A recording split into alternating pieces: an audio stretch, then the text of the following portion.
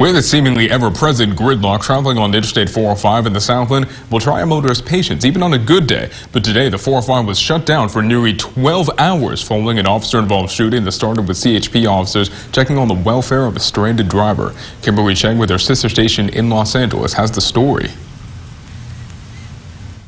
It was completely still. This is what the 405 freeway looked like Thursday morning. California Highway Patrol officers were forced to shut down lanes near the Skirball Center Drive exit at the Sepulveda Pass to investigate a shooting involving CHP officers. The incident started just before 3 a.m.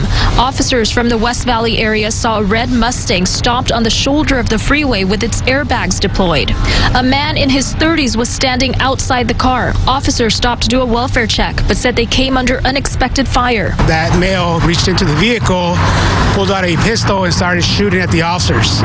The officers then returned fire. The suspect was wounded. The suspect shot a couple rounds towards our officers, and then the officers responded with shooting multiple rounds at the suspect. He was transported to a hospital, his condition unknown. CHP says a patrol car was damaged, but officers were not hurt. The freeway was shut down for roughly 10 hours, initially closed in both directions. Some commuters say their typical drive time was more than doubled, even tripled in some cases. Normally it takes us like 45 minutes to get to the job site.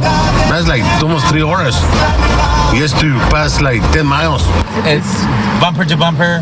Couldn't move at all. By 10 a.m., hours into this investigation, drivers were still dealing with a traffic mess. I've been driving since 4:15 this morning, so from Lancaster.